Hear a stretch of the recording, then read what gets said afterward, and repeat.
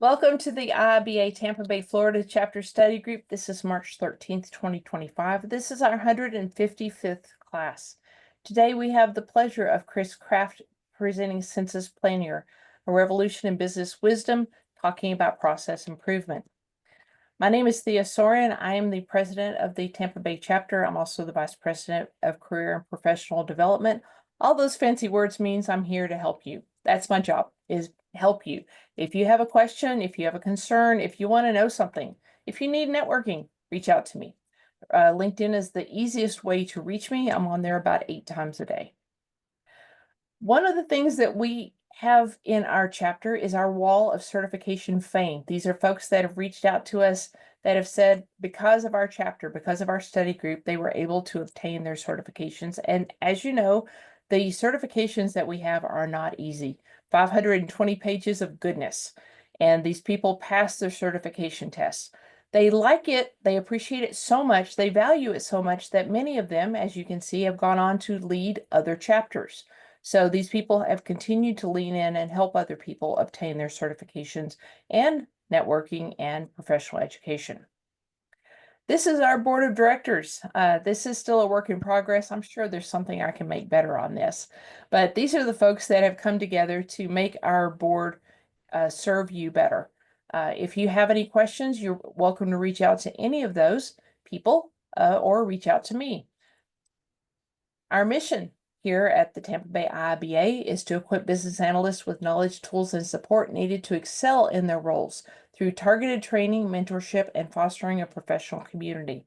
We empower business analysts to drive impactful decisions, collaborate closely with stakeholders, enhance organizational efficiency, and elevate the practice of business analysis because we are the Tampa Bay IIBA. Our membership and participants are literally all over the world. We don't care where you live. We don't care if you're a member of the IIBA. We want to serve you. So you're welcome to reach out to us. If there's a chapter that's close to you that has in-person meetings, or if they can serve your needs, you're welcome to join this. But if you do not have an IIBA chapter, we can be your IIBA chapter. We have our weekly meetings and we like to serve. We've given you several ways to reach out to us. This is our regular Thursday night study group from 7 to 8 p.m. Eastern. We also have all of our meeting recordings, 140 hours on YouTube. 140 hours of YouTube recordings is impossible to wade through or find what you're looking for, but we have Bob's amazing index at rpchurchill.com. He has graciously and thoughtfully put together a wonderful index that not only allows you to look up things by topic, by date, as well as by area in our body of knowledge. We also have our chapter website, TampaBay.IIBA.org. That is where you're going to find out not only information about our chapter, but also upcoming events of our chapter, as well as those associations that we partner with, so you can see everything in a one-stop shop. We do appreciate our study group advisors. Bob and Esther have both agreed to participate in as many of these events as possible so that they can be a secondary resource for you. Again, Bob is at rpchurchill.com. We are working on making chapter branches near you. Just this week, I talked to someone in Orlando who's interested in helping us get the Orlando branch started. These are for business analysts who want to have in-person meetings. So we have a Tampa branch starting and an Orlando branch starting. Pretty excited about that. But honestly, this one excites me a little bit too. We have our Seattle, Washington branch. We have 2 of our board members that live in Seattle, Washington. And so they had an in-person meeting not very long ago. That was pretty cool. Talking about the elephant in the room. We know that there are jobs out there. You might know of jobs. We know where the talent is. I have named myself the BA matchmaker. Reach out to me and tell me where the jobs are, and I will tell you 5 people that I think might be good candidates for that job. If you are looking for a position, reach out to me. I'll do my best to help you. But we do need to have a conversation. I can't just receive your resume and do a review and have a clue how to help you.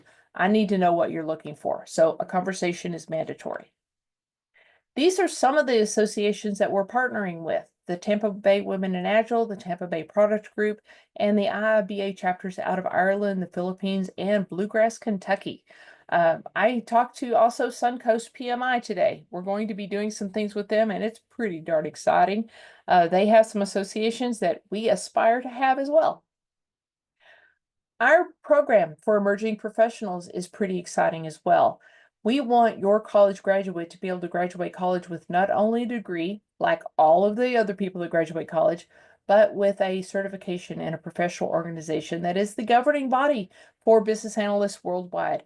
Participating in the chapter, which means that they not only can work with other people, but they're likable and easy to get along with to some fashion, which means that maybe they can get a job. So we want to talk to your college graduates, college students, or someone that's involved in a college so that we can bring our program to you. We also somewhat interested in doing some mock job interviews for you so that we can help you in that fashion. Now for discounts. Watermark Learning has given us a 40% discount on all of their products. This is not only their classes, but I went to this, which is their exams online, their test bank, and put in the code. And yes, you do get a 40% discount whenever you put in this code, which is pretty cool because people that are studying for the exam, they want to be able to take these test bank questions at their own pace. Adaptive US has also given us a 20% discount on their live classes on-demand courses, excluding IIBA voucher exams. This is 20% off of a course that if you take the CBAP from them and you do not pass the first time, they will pay for you to take it a second time. And if you don't pass it the second time, they'll pay for you to take it a third time. And that's it, but that's how much they believe in the effectiveness of their courses. Coming up very soon is Gen AI Day by Skills Development Group. If you have not jumped on the AI wagon and you don't know which wagon to jump on, this is a great way to kind of get an overview and get some details. It also gives you 7 PDUs. It's only $59 for a full day of Gen AI. If you don't know what AI is and you don't know if you need it, let's have a chat, because business analysts who understand AI will be the only business analysts with jobs in 5 to 10 years. Okay, there is a local conference May 5th through 7th in Orlando. We do have an early bird rate for you, so this is going to give you the discount. Our own Bob and Seamus will be there to talk about our chapter to anyone who wants to listen and maybe help a few people out. I told you a few weeks ago about European Business Analysis Day. I told you maybe I could get a discount. Through the BA Force Multiplier group, we have a discount for you. If you are interested in this discount, there's too much detail for me to try to go into here. Reach out to me. I'll be glad to send you the discount link and everything. But it's a pretty decent discount. And this is a 3-day virtual conference out of Europe. So you're going to hear some things, practices, theories, and concepts that we might not have here in the United States yet. So be ahead of the crowd. Tonight, we have ChrisCraft here, who's going to be talking to us about zooming out and thinking more broadly about solutions. He has a really interesting talk here. Let me tell you a little bit about Chris. Chris is an international speaker and coach. He works with the creation and modification of systems and processes for teams and individuals. He is one of the strongest speakers that I know, which is pretty cool because now I'm putting him on the spot right here before he talks. He's the founder of Blood Flow Coaching and the director of FIG Speakers. He and his wife Laura reside in northern Alabama. Next week, we have our very own Alicia going to talk about the power of connection in business analysis. She is one of our board members. She's also a BA Force Multiplier, and she has a really interesting talk that's going to help you think a little bit differently about connection. The week after that, on March 27th, Kim Merritt runs a really interesting company called the URL Doctor. She is one of the leaders in e-learning development. And as business analysts, we're very often asked to step in and help create an e-learning platform for either onboarding employees or maybe teaching end users, customers, how to use your product. Kim knows it all. So she's bringing us a presentation. The week after that, Erin Wittenberger and I are going to talk about collaborative games, and we're actually going to play some collaborative games so you have real experience in doing this. Collaborative games are really good to get people to talk and realize they have something in common with each other, develop some shared trust, and get the action started. So if you have people from multiple groups or multiple divisions or multiple companies, you need to start with the collaborative game after you do your intro to get them to interact. The week after that, we are going to have a couple of business analysis recruiters come.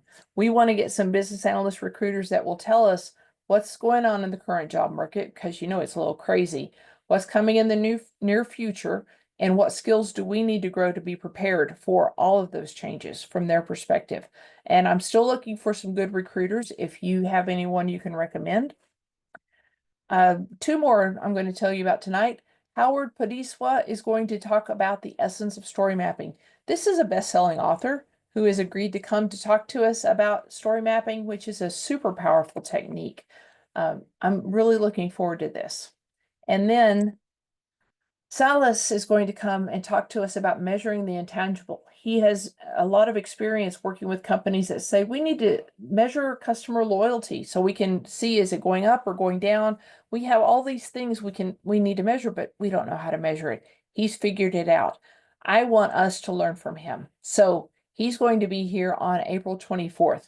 So right now I'm going to turn it over to our presenter, ChrisCraft. Thank you very much, Thea. I appreciate that. Both good information for me to hear, and yeah, thanks for putting me on the spot. It's fantastic. I've done this once or twice though, so if I can't be put in the spot, then it's perfectly fine. Probably just kind of let everybody come in. I'll tell you this much. We'll kind of start here. I sincerely enjoy professional development events. It gives us a time away from our normal routine to spend some time listening to somebody from outside our inner circle. I don't know about you, but sometimes I can get almost get blind to what's in front of me. I can let what's familiar go in one ear out the other. So I appreciate that you guys do this. I'm the speaker at the 155th event. I'll be honest, there's part of me that kind of goes, okay, I'm another spoke in the wheel, but every spoke in the wheel is necessary. So 155, I'll take that. No problem at all. But what that shows me is that you men and women in general, your group values personal and professional development. That means a lot in the world today because a lot of people are kind of wanting to demand this or that, yet they don't really have the hunger, the drive, or the ambition to get better. So the fact that you're taking some time out on this kind of evening for some really hopefully quality information, Thea kind of let you know, she teed me up here and talked about how strong of a speaker I am.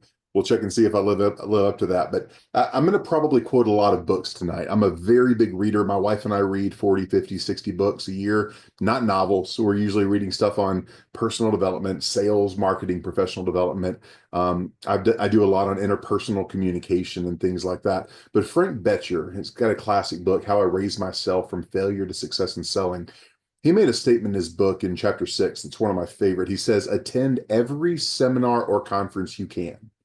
If you only get one nugget to apply, it will be worth the time, effort, and money that you invested. So I'm going to challenge you tonight to do what my business mentor told me years ago. I was on a call with him. I was on a one-on-one Zoom, and he told me, he said, Chris, probably 80% of what we talk about tonight, you're already going to know. And if you listen to my talk tonight, or if you listen to a business mentor talk, and you're only listening for what you already know, there's going to be no growth. What I challenge you to do is to listen for the 20% of what I'm going to talk about tonight that you either are not aware of yet, or you're not applying well enough. So make that your goal. I will go ahead and tell you a little bit about myself as we kind of dive into this. I'm going to share my screen here. So we're going to be talking about sensus plenior. I'm going to be talking about that Latin term here in a few minutes. I'll just kind of tell you a little bit about me as we go. Thea gave me an introduction. I'm a personal coach and a business consultant, do it full time. I've been coaching and mentoring for the last 15 years. I've spoken to professional organizations around the world for the last 7 or 8 years. I've got 3 main projects that I pour my life into, and I'm not going to do a whole sales pitch here, but I kind of want you to know who I am And my three projects, I think, really describe kind of who I am. First is Blood Flow Coaching. It's a coaching and consulting company for nonprofits. Nonprofits in general across the world are started by people with really big hearts, but most of them need business analysts. Most of them need somebody to come alongside and help create systems and modify processes. So I help assist their clients and their staff in moving their lives forward by coaching or things like that. FIG Speakers began as a speakers bureau, but it's evolved into a professional development platform. A lot of people do professional development well, and a lot of people do coaching well, but not many people put those together. And what our platform is a place to get a professional development library to where you can get continuing education credits. But then I and my leader cohort, we're going to give personalized coaching to help you apply that information. Continuing education for some people is a check mark in the box, but we're looking for professionals who are really looking to move their careers forward. And the third project is I've always wanted to write books, but very few people are willing to read 400-page books these days that are nonfiction. Not even if they're good. I love Stephen Covey's 7 Habits of Highly Effective People. I teach it all around the world, but very few people are reading books like that today. So I wrote my first book last year, and I started a series called the 100-Page Toolbox series. And my first book was called The Principal Toolbox. And I'm finishing up my second one called Frustressity right now on how to decrease frustration, stress, and anxiety. So I'm trying to create a new word. But I'm also inviting other potential authors who always wanted to write books for my series. So the book is going to end up being a platform for people to read that's 100-page principle-based book. So that's kind of the passion of what I've got. And so as we dive into this tonight, I really wanted to start with some crowd interaction. So you may have seen this before. Go ahead and use the chat for this. Do you see an old lady or a young lady when you first look at this picture? And first of all, feel free to put in the chat if you have done this before, if you've seen this before. I see for some people, and by the way, the young lady, some of you that may see her, she's looking backwards to the left, and the older lady has her head down and she's looking downwards and to the left. And several people, this is not a new sketch. This is quite older. And some people say, well, I see one or the other. But I'm having a hard time seeing the other one. Well, that's because of our perspective. And we tend to see things initially, and then over time, if someone describes it to us, then we could see it. For example, if you saw the young lady first, and maybe you're having trouble seeing the older lady, if you treat, let me see, I don't know if you can see my mouse or not, but if you can see the young lady's chin is actually the older lady's nose. And where the younger lady might have a necklace, that's actually the older lady's mouth, and she's looking down and to the left. And when I describe that, maybe you can see one or the other, actually helping you look at something from another perspective, maybe a little deeper meaning than just one or the other. So here's another one that maybe you haven't quite seen before. And this comes straight from Stephen Covey. Actually, hold on, before I go there, we're gonna do this exercise together. So hopefully you've got a notebook. If you come to these events, I really want to give you a quote, but I'm trying to use a filter. One of my first professional events I went to, the speaker from stage was very bold, very brash, and he made a statement that doesn't apply to me, but the principle still stands. He said, if you come to a professional development meeting and don't have a notebook, and even if you're not a note taker, if you're listening to a millionaire, I'm not, but if you're listening to a millionaire and you're not taking notes, then millionaire's not in the cards for you. And that was convicting to me because I thought, if I'm going to listen to someone with the wisdom and experience of a thesaurus, then I'm going to take notes on what she has to say, even if it's one nugget, remember. So what we're going to do is we're going to take this. So hopefully you've got a notebook. I'm going to give you 60 seconds to do this next exercise. And what it is, it's going to have, there's a bunch of numbers on the page, I think from 1 to 54, I believe. And they're going to be in different fonts. They're going to be all over the page. And your job is to first find one. You can't move on to 2 until you find 1. So find 1, then find 2, then find 3. And I'm going to time 60 seconds. And when 60 seconds is done, I'm going to tell you to stop. And I'm going to ask, how far did you get? Simple enough? All right, on your mark, get set, go. 60 seconds. You got to find 1. Then you got to find 2. And if you had complete silence, maybe it would be easier, because I don't know if you've ever been trying to do a project, but somebody just won't stop yammering in your ear. Like, would you just let me focus? I need to focus. I don't know. I've been a business analyst for a while. I don't have near as much experience as I'm sure a lot of you do. 20 seconds, by the way. You've only got 60 seconds in total. So maybe you found four. If you found four, go to five. If you found five, go to six. And this is the honor system. Don't lie. There's no prizes here. You're not going to win any money. But let's check and see. That is 37 seconds. We've got 23 seconds to go. It's very interesting that when somebody shows you a random picture of chaos. By the way, has anybody ever worked on a project that looked like this? Numbers everywhere, fonts everywhere, some upside down, all of this. All right, you got 2, 1, stop. Stop, stop, stop, stop, stop, stop, stop, stop, stop, stop. So go ahead and tell me in the chat, how far did you get? From 1 to 54, somebody made it to 11, 13. Most of the time, I get answers ranging from 10 to 25 is kind of where we get that. 22 is impressive, pretty good. 13 to 16 is about the average that a lot of people get. And some people are like, listen, I have a hard time focusing. I get to 4 because some guy kept yammering. And if he would have shut up, I would have, right? So now I want to show you something. Now I'm going to give you a system. I'm going to give you a system. Are you ready? Because we're going to look at what happens when we change perspective and we have a system to deal with.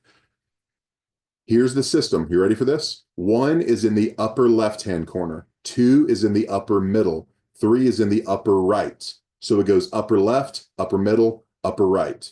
It goes center left, center middle, center right, bottom left, bottom middle, bottom right. And then it repeats. So it goes 1, 2, 3, 4, 5, 6, 7, 8, 9, 10, 11. You ready? So we're going to give you this one more time. On your mark, get set. 60 seconds. You ready? See how far you can get with a system. 1, 2, 3, go. When you have a system, it doesn't even matter if somebody's talking behind you, because the system tells your brain which way to look. Because I think we're 16 seconds in. How many of you have already beat your other time? You've already beat your other score just with a system. It wasn't a hard system.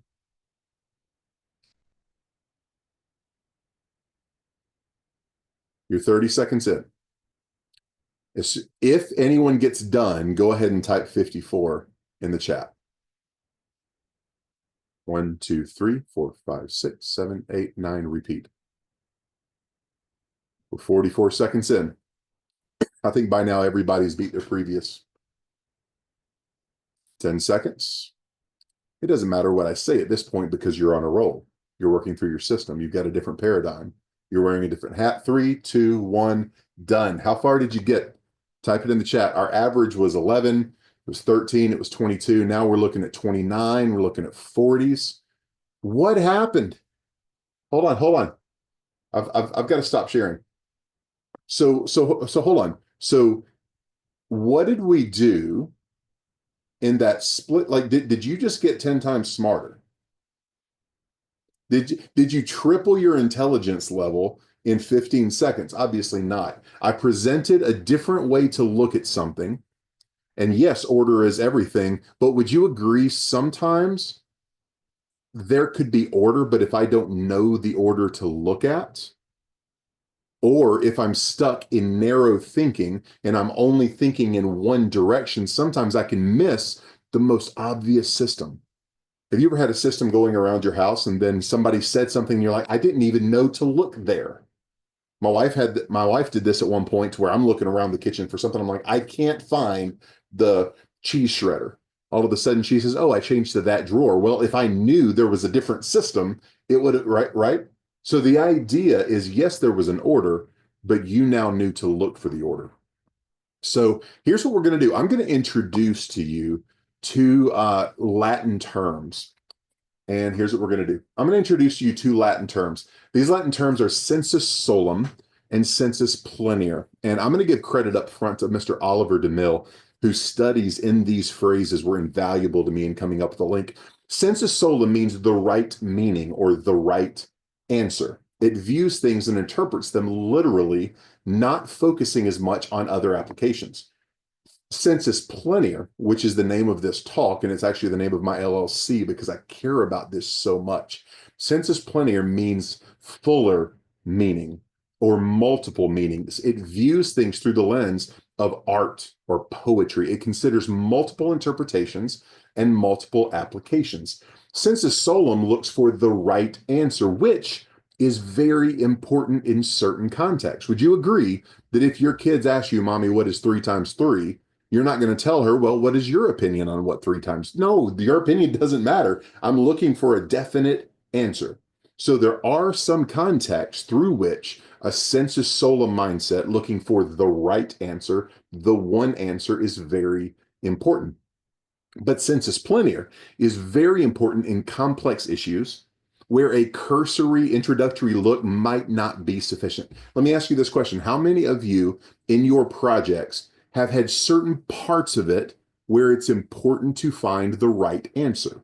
Probably all of us. But how many of you have had entire projects that were that simple? Most of the time, it's much more complex than finding 3 times 3. Another way to look at it is like this. Sensus solum looks at a picture or reads a book, and they're looking for the one interpretation, or what they might call the right interpretation. And they find their one interpretation when they find the right answer. In other words, what words does the author say? What is the author trying to tell me? They're not looking for multiple opinions or interpretations.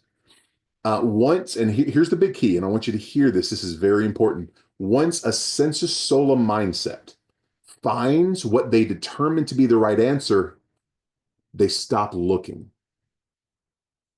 This is important because in the world of business analysis, would you agree that stopping looking can be a really big problem? Now, again, are there times we need to look for the right answer? Yes. But in the world of business analysis, I think it's much more important. And my whole talk tonight is going to be about this sensus plenior mindset. Because when someone with a sensus plenior mindset looks at a picture or reads a book, they're looking for all possible, all potential interpretations. They're reading into different applications. And once they find one, they look for another one. And then they look for another one. Then they look for another one. You're exactly right. It's a trap of tunnel vision. And that's kind of what this talk is going to be about, because we've accidentally in our culture today, and we're going to really dive a little deeper into this, but we've fallen into a tunnel vision when it comes to business analysis. And honestly, when it comes to project management, a lot of change management, a lot of these fields where a wide berth, a wide aspect is needed, the lens that we look through needs to be multiple interpretations. We've unfortunately fallen into tunnel vision in some of these ways. So I think it's quite obvious why a study on sensus plenior is applicable for the field of business analysis. Now, which one's the right one? Which one's the right mindset? Neither. Both ways of thinking have their place, and we're going to talk about that as we go. But let me give you a little bit of an example. When the founding fathers were trying to figure out how to set up a government that didn't look like what they were running from, they actually looked to the Bible. And they looked to a certain verse in Genesis. And if you look at some of the early writings, they looked specifically at the verse of Genesis 1:16, where it said this: God made the 2 great lights, the greater one to govern the day, and the lesser one to govern the night, and he made the stars also. I'm not going to preach a sermon here, but I want to teach you a point. The founding fathers looked at that one verse, and if they were reading in a sensus solum way, this verse implies that God literally created the sun, the moon, and the stars, each with different roles and responsibilities. Cool, done. We've got our one meaning. But instead, the founding fathers chose to look at this verse with a sensus plenior attitude, and they started, here's a key, feel free to write this down. They started asking questions. Instead of making statements about what the interpretation was, they started asking questions, such as, why did God create 3 leadership bodies? Oh, that sounds like we may not need a monarch or a single ruler. You see this? They're starting to ask questions. Here's another one. Why did he give them each different jobs? Oh, that sounds like separation of powers. And it sounds like he gives each of them accountability to each other as well. Do you see how one input, and I'm going to stop sharing here. Do you see how one single input, like a Bible verse, could have multiple applications if we view it? Now, let me ask you this question. Did the Bible verse change?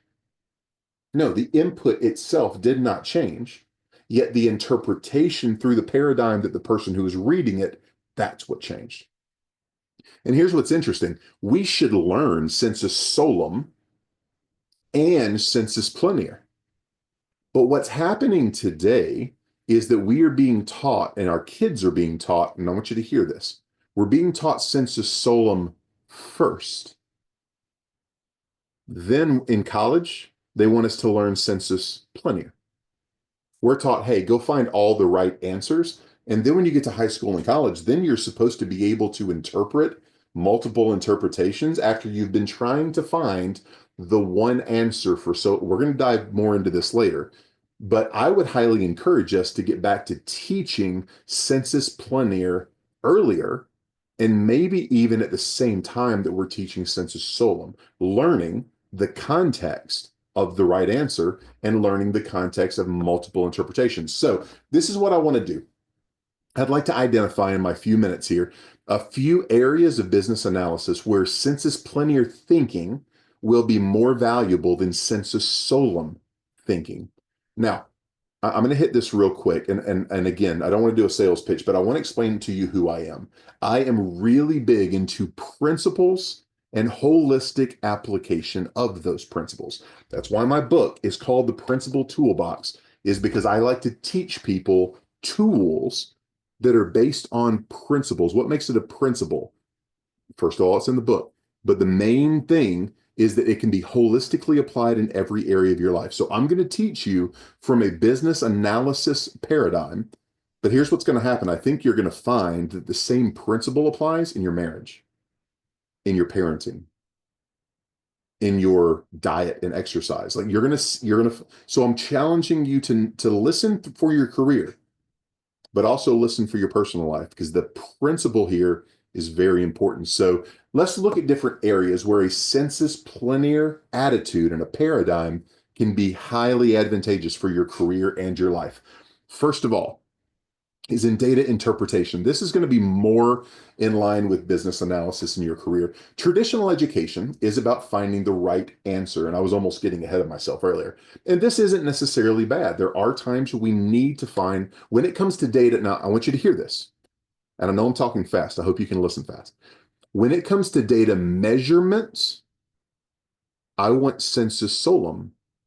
I want the right answer. When I'm cutting a board, I want to know the exact measurement. Don't tell me it's around 40 inches. I want to know the exact measurement. So data measurements, it's very important. I want the right numbers. But data measurement and data interpretation require two different perspectives.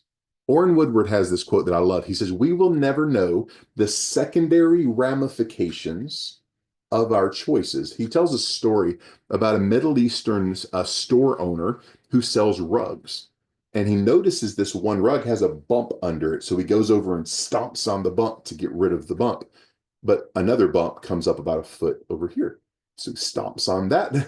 And all of a sudden, the bump just keeps going all over the place. And eventually, a really angry snake leaves out from under the rug because he didn't know that stomping that snake in one area would make the snake pop up in another area. Here's a key point. A secondary ramification, in other words, we're stomping in one place. When we teach sensus solum to our children in traditional education, and again, nothing wrong with that specifically, but a secondary ramification, please hear this, is universally narrow thinking. Because traditional education taught us to look for the right answer, we go into careers with this same thinking. I need to find the right job. I need to provide them the right answer. And if nothing changes, we can subconsciously carry this thinking into business analysis, where sensus solum thinking is dangerous. Because instead of looking for all kinds of interpretations, we can take sensus solum thinking into a place where sensus plenior thinking is needed. When interpreting data, we cannot afford to think in a narrow way. I'm going to stop sharing again. Many times, and you may say, how can I identify what type of thinking I have? And I do apologize, I'm not able to keep up with the chat. I will look at the chat and we'll go into questions and answers towards the end. So I will hit some of those. But I want to show you how one way that I identify what kind of thinking I'm bringing into a situation or a project. One possibility is our choice of words. What does that mean? Well, what does this data mean? That's sensus solum. What does it mean? What's the right answer? What is the one answer of what this data means? Instead of what could this data mean? Here's another one. I'm reading a book. What is the author's main point? Sensus solum thinking. I'm looking for the one point that the author is trying to make. Or in what ways could I apply what the author is saying? Is this making sense? So the words we're using could be a display of what type of thinking we're bringing into a project, or how should we use this data? Looking for one thing. Or in what ways could we use this data? We tend to view and interpret data first. Well, I'm not going to dive into that. I'm actually going to delete that from my talk. There was a context that I talked through. I guess I have to tell you a little bit about it now. But we tend to view and interpret data first based on the data we've received previously. Like if I just say the word apple, some people are going to think of a fruit. Some people are going to think of their iPhone. So we are going to interpret new data based on what our opinion was about the last data. I hope that makes sense. Or if I just say the President of the United States, some of you are going to think all the way back to George Washington. Some of you are going to think of Obama. Some of you are going to think of Trump. Some of you are going to, like, we're going to have all these different interpretations based on our first interpretation. So anyways, that doesn't really apply as much to business analysis, but I still want you to think about it, because you need to challenge your own thinking at times. And sometimes what that looks like is interpreting how you're viewing the data based on the last time you interpreted similar data. So let's come back to the share screen here. Here's number 2. The second way that sensus plenior is valuable is in problem solving. And this is actually what spurned this talk when I first gave it several years ago. No complex problem has only one solution. When you have a complex problem, you cannot afford to think sensus solum, because there are so many different possible ways to solve the problem. Our responsibility is to use examples from the past and from other people to determine all possible solutions. Here's a really frustrating part of traditional education for me, and I'm going to talk about this later. I don't hate traditional education. I have 2 college degrees. I love college. It is not the answer for all of our problems. I was told that go to school, you're going to get good grades, you're going to get a safe, secure job for 40 years. The average millennials have an 11 to 14 career changes. There's no such thing as working for one company for 40 years, most likely. So I don't hate traditional education, but there's one really big thing that traditional education does wrong, in my opinion, and here it is. We fear the red X instead of identifying the wrong answer. Like when you got your paper back and you got a 90, what's the first thing we normally do? Do we go check for all the green check marks? We normally go look for the red X, don't we? That was our tendency. We go to what we did wrong. That is sensus solum thinking. Sensus plenior is looking for all the potential green check marks. Problem solving is best done in a mastermind, in a group of people who all process information in different ways. I'm going to talk about another book. Where is it? Oh, it's right up here. And then I'm going to give you a picture. This book is called The 6 Thinking Hats by Edward de Bono. I would highly encourage this book for anybody who works in a business team. And I can throw this into the chat later on. But his basic idea is when you're in a board meeting or when you're in a group meeting, it's very important to get all the trains of thought on the table. And he says, like, when you come into a meeting, maybe the leader has a black hat. They see the difficulties. And again, the colors are really, you can interchange the colors. The black hat sees potential problems, why something may not work. The blue hat is about a process, it's next steps, it's action plans. The green hat is about creative solutions. The white hat isn't good or bad, it's just data. It's just data. The red hat is feelings and instinct and emotions. And here's the point. Everybody comes into it like tonight. Tonight, there's 3, 6, 9, 12. There's 13 people on this call at the current moment. Every one of us, odds are wearing a different hat in here. And if we were collaborating, trying to problem solve, if the one leading, say that Thea is the president, has the red hat tonight, and she's looking for feelings and hunches, yet one of you just has the data hat. If Thea doesn't provide time or space for white hat thinking, she can accidentally, subconsciously force everybody into wearing the same hat that she's wearing. Does that make sense? That sensus solum thinking, sensus plenior thinking, and this is where his whole book goes into. He says there are ways that the leader of a group can offer space for different types of thinking to sensus plenior solve a problem by a mastermind. I actually use this concept in my coaching. You see the 3 color hats on the side. Hold on. Give me a second. I got to show you this. I always keep these on me because I use this in my coaching all the time. I always have this within hand's reach. I tell people this. I guess let me pause and I'll probably edit the video and take that part out. But let me ask you this. If I'm sitting down with you in a coaching session and I say, how was your week? Would you agree that probably the emotions of where you're at right now are going to change the answer you most likely give me? Like if you are currently stressed out about money, that's the lens through which you see your week. So my job as a coach is to help people problem solve in a different way. So let me stop share so everybody can see this example. So this is what I do. I tell them, and again, the colors of the hats, I don't care. This is the facts hat, just the facts. So I'll tell them, how was your week? Just the facts, nothing else.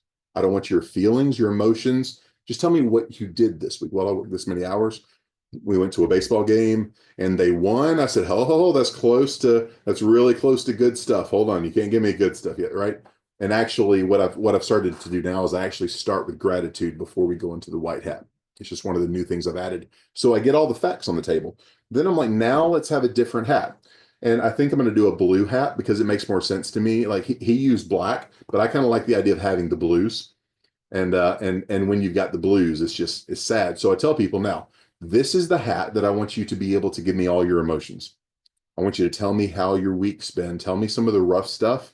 Tell me maybe some of the great stuff, but most of the time I want their stress. And so I'll tell them, but here's the point. When I put this hat on, I'm only giving you 30 seconds. 30 seconds to live in your feelings. And then we're going to take it off. So then I'll put it on. And I've done this for 300 or 400 people, and I'll encourage them to scream at me. Like scream, like we're not going to do that over Zoom. That's really hard. But I'll encourage them to like scream, tell me, give me, like I'm the toilet for a minute. Give me everything, right? And then after 30 minutes, I take it off and I'm like, all right, gratitude. The gold hat's about gratitude. I'm like, tell me something this week that you were ridiculously grateful for and tell me why. So that's the idea. And yes, I wanted a glittery hat. So my mom got me this a while back. She's like, you need a glittery hat for your 3 hats teaching. Because now this is getting taught all over the country. So she's like, you need a big top hat. What's the point? None of us can accurately solve problems with one hat. One hat is sensus solum thinking. We have to learn how to be able to change our own hats and change the hats of our team and change the hats of our project to be able to solve problems. Does this make sense? Get a thumbs up here? Okay, very good. All right, let's go to number 3. Number 3 out of 4. And I am watching my time just to make sure that I respect everyone's time. Number 3 is communication. Sensus solum thinking and communication. And actually, I have 2 entire, I need a red fet. Yeah, I totally need that hat. That'd be fantastic. Communication is a soapbox for me. Do you remember back in the day, If you had something to say, you would get now this is before all of our time, I think, but you get a soapbox, put it in the middle of town and scream out and everything else. Well, I'm 6'7", so I don't really need a soapbox. But when my wife and I were youth pastors, I would talk about getting on my soapbox so much, they made me a soapbox and painted soap, and they all signed it. It was fun.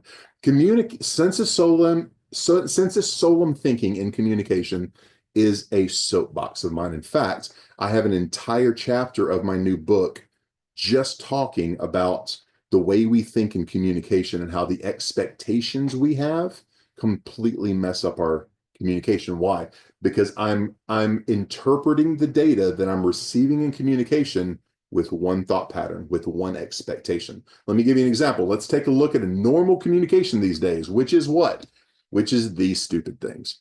I can't stand, that's my beautiful wife, I cannot stand text-based communication. It is the bane of my existence. I mean, text messages, email, everything else. Thea and I have had this conversation. Why? Because only 10% of communication is in the words. So when you don't see my body language, when you don't hear my voice, you are missing a significant amount. You are interpreting data in a sensus solum way. So let's look at a normal communication these days. I receive a text. I read the text. I consciously interpret the data, listen, and subconsciously interpret the meaning. Are we all guilty of this? I'm looking at the words they said. Oh, but I know what they meant. They use all caps.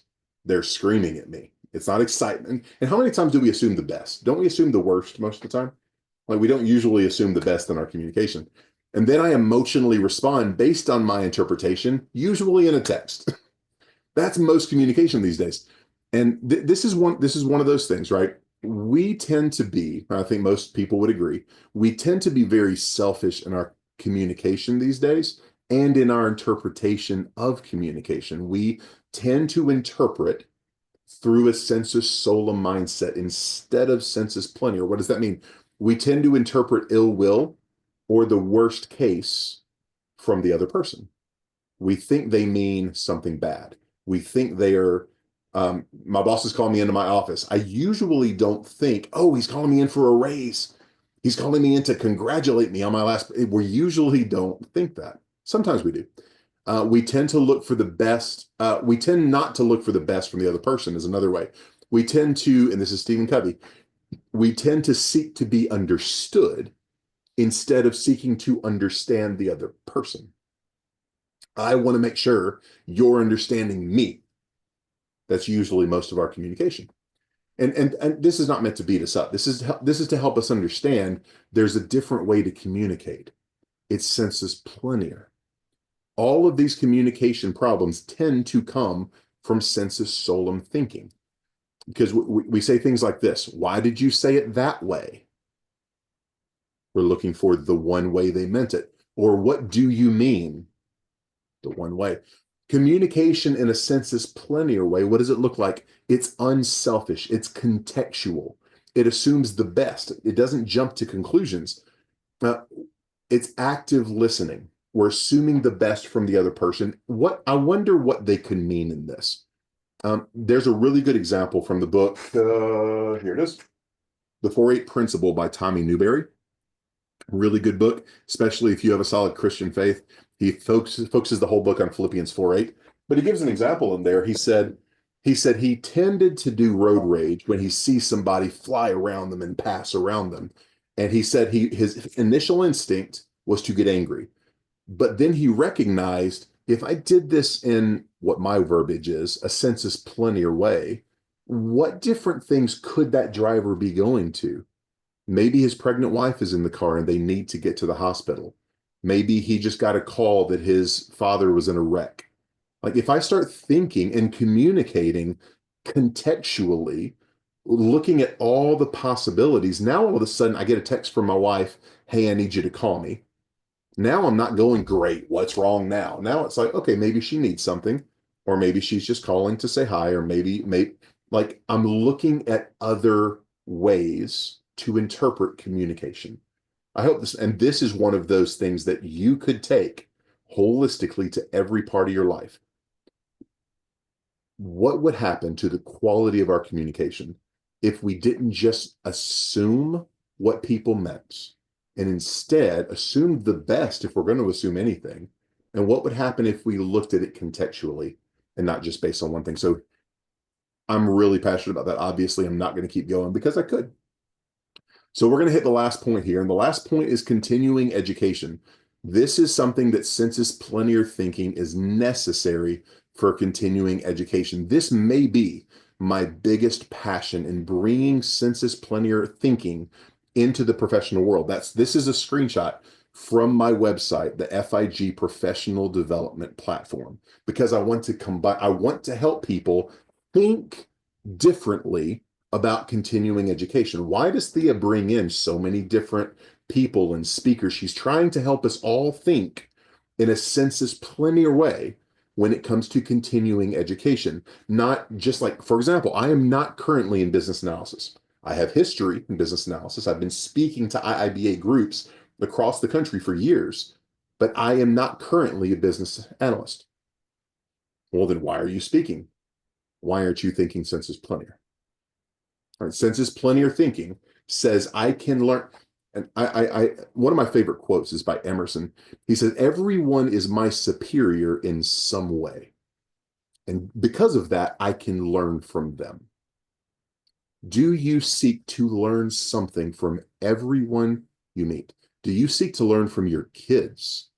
Do you seek to learn from people who you see as lower economic status from yourself? Do you learn from anyone in your continuing education? Let's look at all of the talks you've heard this year. Is it fair to say there have been multiple things taught with multiple applications? Obviously. Here's what I want. Here's really one of the takeaways I'd like you to see.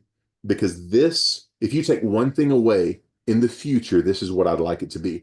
If we see continuing education as a continuation of traditional education, then we will come into this continuing education with sensus solum thinking.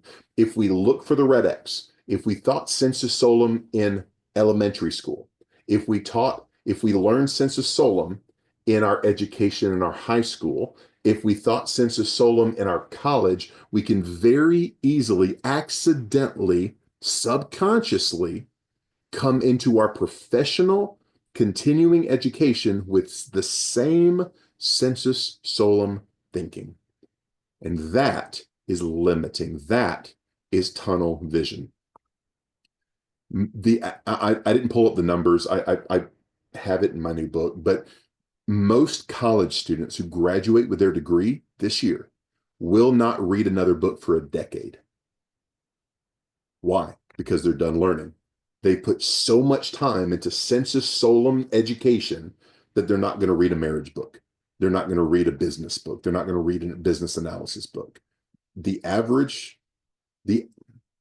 Frank Betcher said it this way: the average salesman does not read and finish a book a year. That's why they are average salespeople. If you want to be average, read less than a book a year. If you want to be above average, have a sensus plenary attitude in your continuing education. That's why I teach this in every area of my life. That's why my first book is called what it is. That's why my platform is the way it is. When we're learning through IIBA, in all of these talks, and this is going to be my conclusion, I'm pretty sure, yeah, I'm done with this. I'm going to leave you with those quotes here in a minute. I hope you didn't get the idea, again, that I don't like traditional education. I highly respect traditional education. Even more than that, I married a teacher. I respect the people in the traditional education field. But we cannot afford to bring sensus solum thinking into our professional careers. I'm just going to speak for myself for a minute. I had 200 plus hours of college education, but that education left gaps. My company, FIG Speakers, FIG doesn't actually spell FIG. It does, I know, but it's actually an acronym for filling in the gaps. Because I want my professional development, teaching and coaching, to fill in the gaps that traditional education left. And what is the way, whether or not you hear or see me ever again, please take a sensus plenior attitude into your continuing education, into your communication, into your problem solving, and into your data interpretation. So I'm going to leave you with these quotes, obviously from books, but some of these are just my absolute favorite, so I had to throw them in. That Einstein quote is one of the ones that always gets to me. The significant problems in life cannot be solved at the same level of thinking that created them. A mind, once expanded by a new idea, can never go back to its original shape. My wife and I can't think like most married people do because we've read too many books. I've attended too many seminars. I have too many coaches. I don't want to think like the average person, and I can't because my mind's been expanded. That bottom one is one of my favorites. Methods are many, principles are few. Methods often change, but principles never do. So we're going to go into a time here in a minute for Q&A, but I'm going to go and leave this information. If you will, this is actually a way that I get better at my speaking and figure out how I can better apply what my listeners want to know. So if you can scan this QR code with your phone, or just take a picture of this, and you can do it later. This is called Talkadot, and it's basically going to ask you 5 questions. And it's going to ask you how applicable it was. Please, I told somebody this the other day. They're one of my beta readers for my book, and he's like, "Chris, your book's excellent." I'm like, "Don't tell me it's excellent. Tell me how I can fix it." This is sensus plenior. I'm trying to figure out what I can do better. So please be honest. Let me know if there's anything that you would like to know from there, and please reach out to me. This is my information on the right-hand side. My email. I've got several emails, but the one that you can use is figspeakers@gmail.com. Please reach out to me. I do personal coaching. I do career coaching. If you're interested in the FIG Professional Development Library, that's the site, FIG PD Library. That's where it's a membership-based platform that I charge per month, and that gives the library and coaching. So, and that's my personal cell phone number. If you'd like to reach out, please do. So I'm going to go through the chat here. I'm going to go and leave this screen up in case anybody wants to do. And boy, you guys left a lot of messages. Let me see. The average person just ain't all that bright or motivated, Bob. Unfortunately, I agree with you, my friend. The 4-8 principle. Thea, I appreciate you kind of posting all of those things. Red fez with a tassel and a Cecil and beanie propeller hat. That would be awesome. Like, if you find one of those, want to send it to me, I'll give you my address. Let's see. Tony messages started conflict. Very true. And I want to speak to this real quick I believe it's Tamara. Adding your own tone to messages can start a conflict when the sender probably never meant it that way. That is so very true. And I want to speak to this real quick. Stephen Covey says you have 2 circles in your life. There's a circle of things you can control and a circle of things you cannot control. And this is the way that I teach this. I always teach it that the 2 circles are like gardens and my thoughts are like seeds. I need to pay attention which garden I'm placing my thoughts as seeds into, because each garden yields very specific fruit. If I'm constantly thinking about the circle of things that I cannot control, the fruit of that circle is 4 things. It's fear, worry, stress, and anxiety. The more time that I spend thinking on all the things I can't control, the economy, politics, other people, because that's what a lot of our thoughts end up being about, is other people, then that's going to yield fruit of fear, worry, stress, and anxiety. But if I instead focus on the circle of things I can control, like my tone, like my people skills, like my communication skills, that yields what I believe the Bible calls the fruit of the Spirit. And whatever you believe, it's going to yield peace, gratitude, and positive change in every part of your life. So had to throw that out. 6 thinking hats, fantastic. So yeah, if anybody has any questions, answers, feel free to unmute, or Thea, I'm going to toss it back over to you. I'll stop sharing. And if anybody wants to reach out, please do. Chris, you did a fantastic job, as I knew you would. Does Thank anyone you have so any much. questions or comments for Chris? Did he say something that resonates with you? Bob, yes. Well, share that. I've been thinking about business analysis, collaboration, project management, problem solving, etc. Not only for my whole career, but explicitly and in detail for about the last 9-10 years, and writing about it and presenting on it extensively. And what I've figured out is that I've come up with a framework where that I basically never see anything that doesn't fit into it. But I often see new twists on things and new interesting things I can fold into it. And this is a great way to think about things in a slightly different way. You overlap with some of the stuff that Jordan Peterson talks about, what a thing is versus what it represents, and how our entire perceptual systems process that information differently. And I always love being part of this and other groups, and going through other materials, like renewing my 3 Scrum certs now. And it's all great information. The more you wallow in the material, listen to different voices, the better off you're going to be. And I really enjoyed your different twist on this. And I'm sure the vast number of other things you've learned that I could learn. Chris, Much appreciated, my friend. Unfortunately, we've got another meeting starting right now. So we're going to end this one, but y'all go see Chris's website, see what you think of it. And those of you who are in the CBAP group, we'll be switching over now. Talk to you there. Bye, guys. See you next week.